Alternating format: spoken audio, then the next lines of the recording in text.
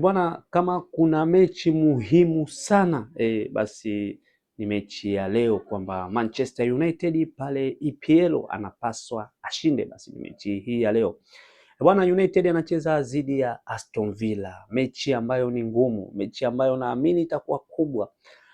Raundi ya kwanza United alipoteza kwa goli 2-1 dhidi ya Aston Villa ambayo akiwa ugenini. Leo anaenda kukutana tena na mpinzani wake ambayo wanaendana pointi sawa sawa, pointi 51. United iko katika nafasi ya 3, lakini Aston Villa iko katika nafasi ya 4. Tofauti ni goal difference ambayo United ana 11, yule ana magoli 5 ambayo yako safi.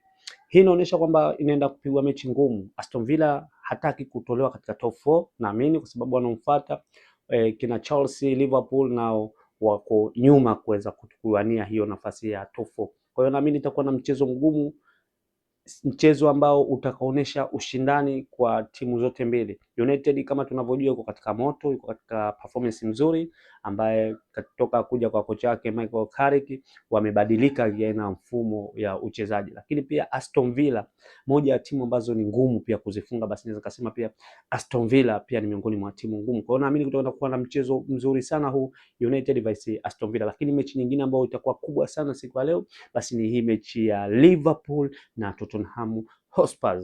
Wote wana kibarua kizito, wote wana mchezo mzito siku ya leo. Liverpool anapaswa apate matokeo, lakini Tottenham Hotspur naye anataka matokeo kwa ajili ya kuweza kujizuia kuto kushuka daraja katika msimu huu. Bwana, hii ni HSM Sport na mimi ni HSM.